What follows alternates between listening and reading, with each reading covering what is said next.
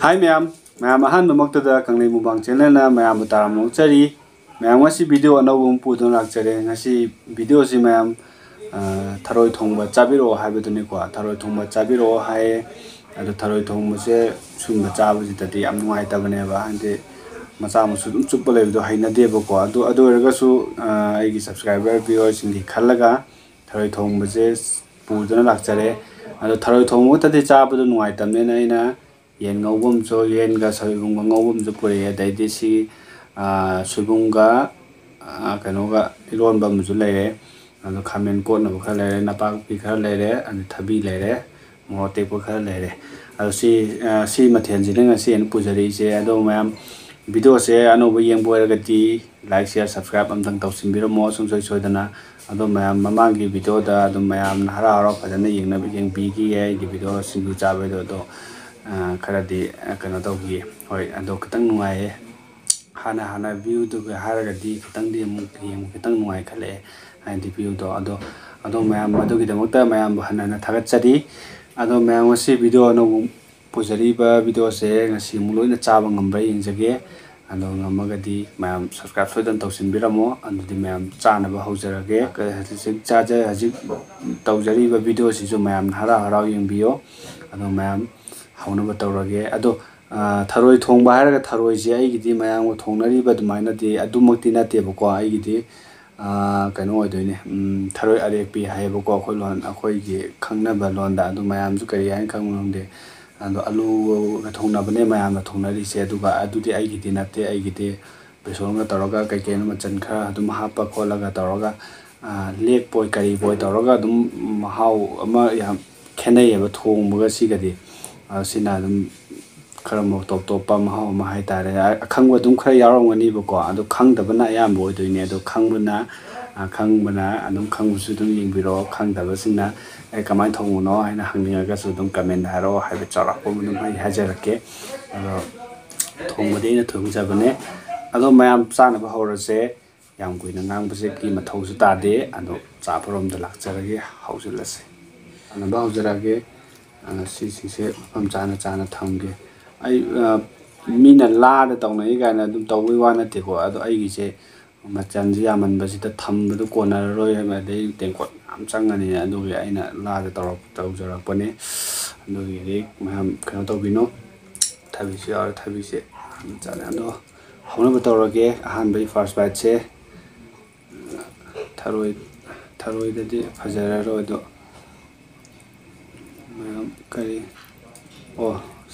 sida mathun haidira kanam haibane da yen gine do dum han bai farsa se tawsarake mathun haitare maningi sarukto sida mapai ke kang gam yahandre dum chamna kano torga Kaleja Makan Makhong torga dum chamna ngaurabane ba adone adum mayam first bite oina han bagi oina sima hana sarake loina di cha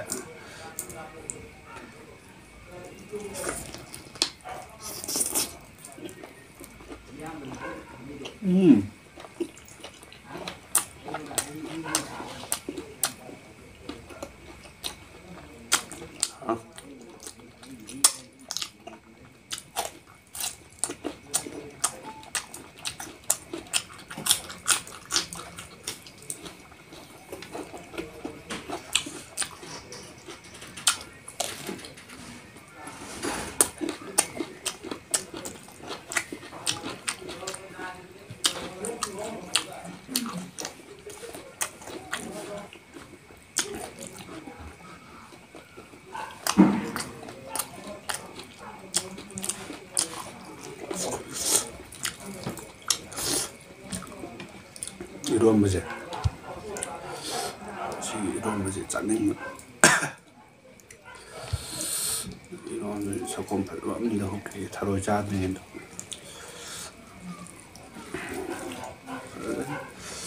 how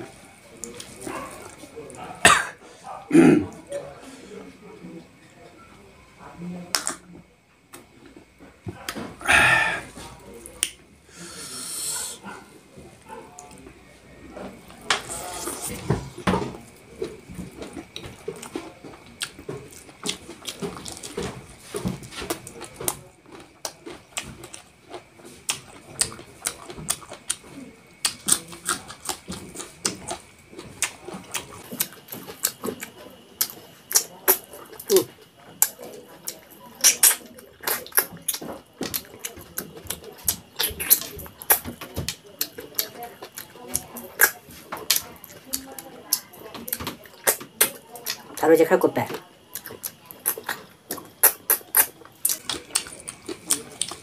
Vậy nó gì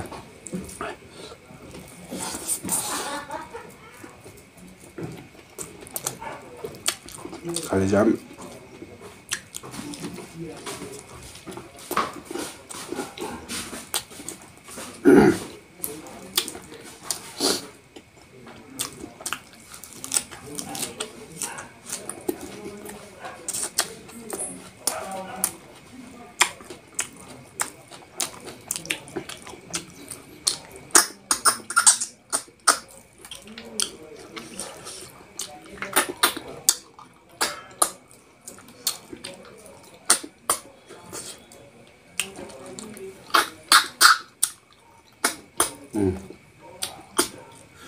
그럼 주스 빼야 되는 다우리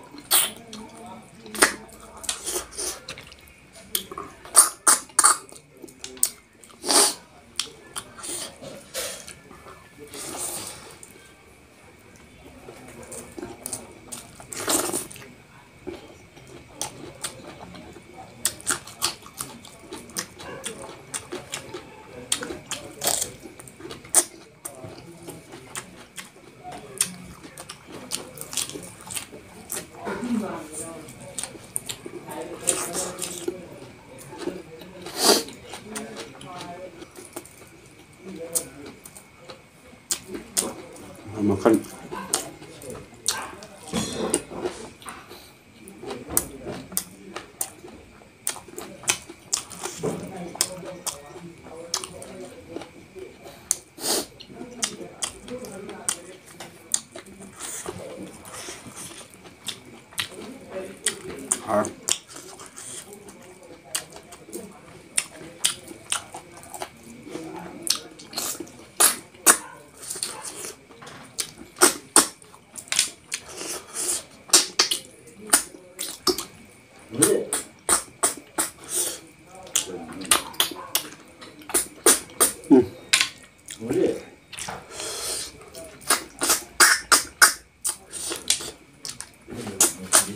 Hinjalo. Ngaouba hinjalo.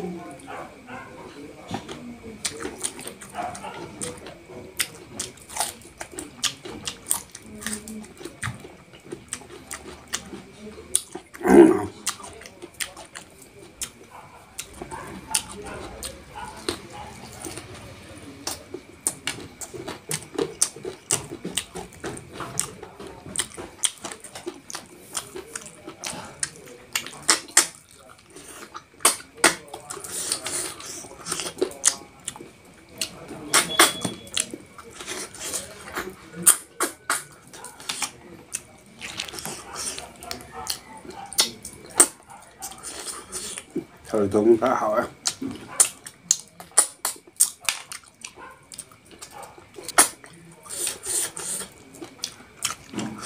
Chứ Tharoi của Thong gì đi quả.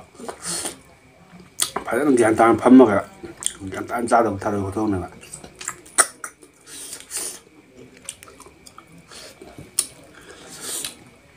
May mà hao gì thì đã. Mà sao ta nắp mà hao gì biết lâu rồi không ra được Tharoi này.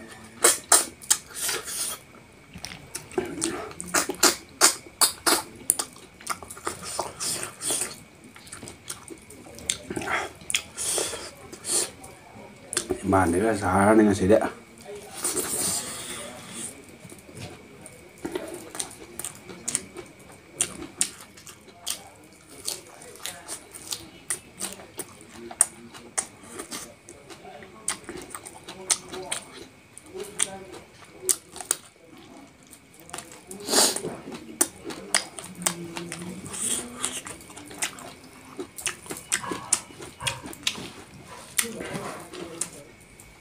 Menikah kan?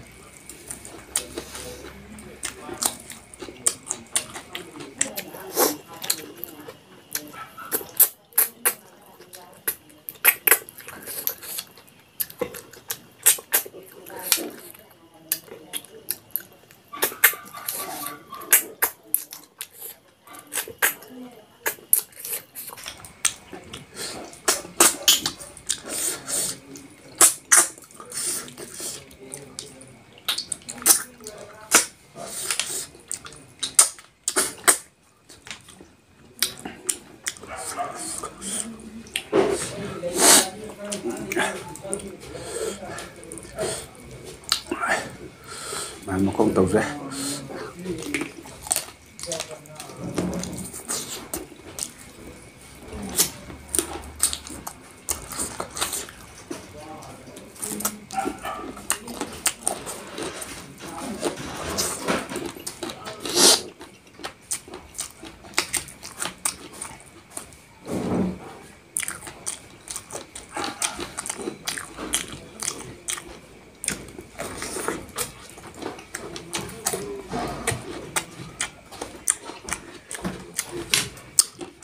Chắc bố khá là thù như vậy.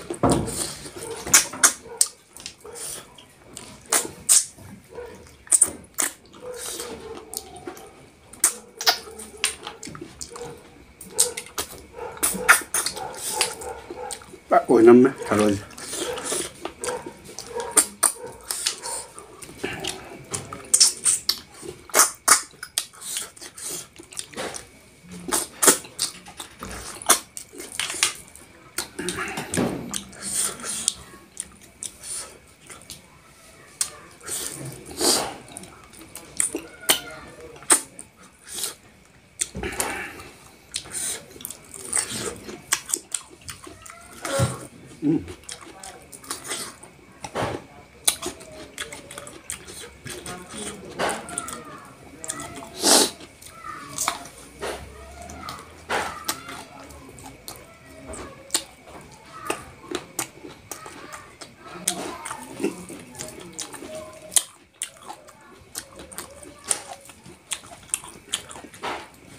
Soibum Eronbaa Tharoi.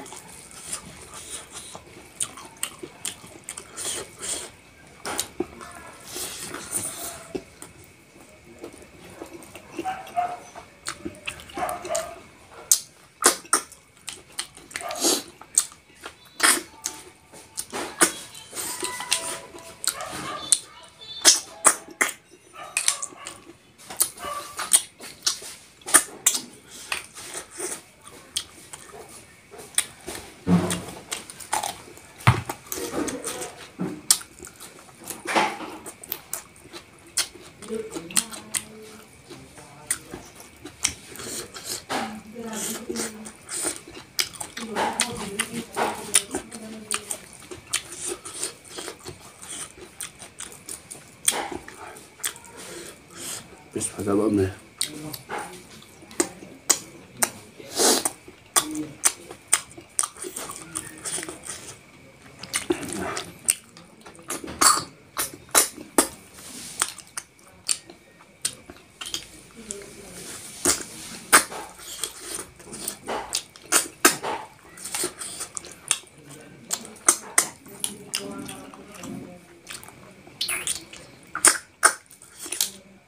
Aduh nang yaw ngam dom nate.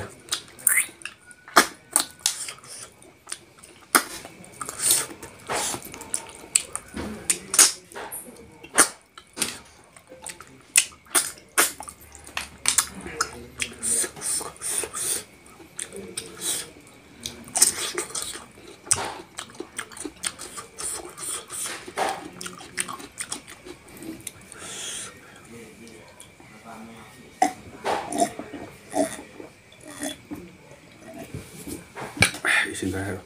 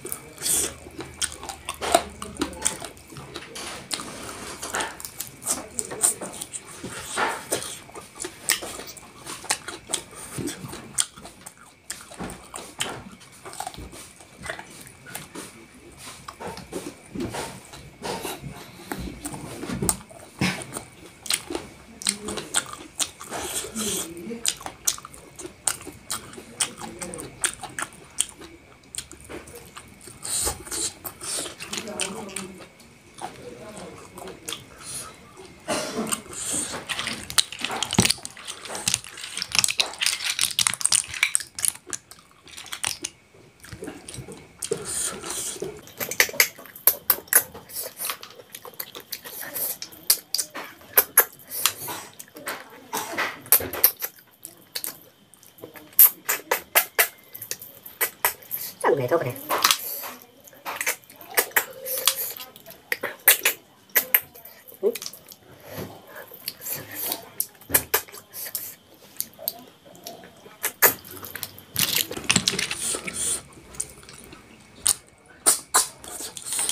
Nắp nắp đào biết.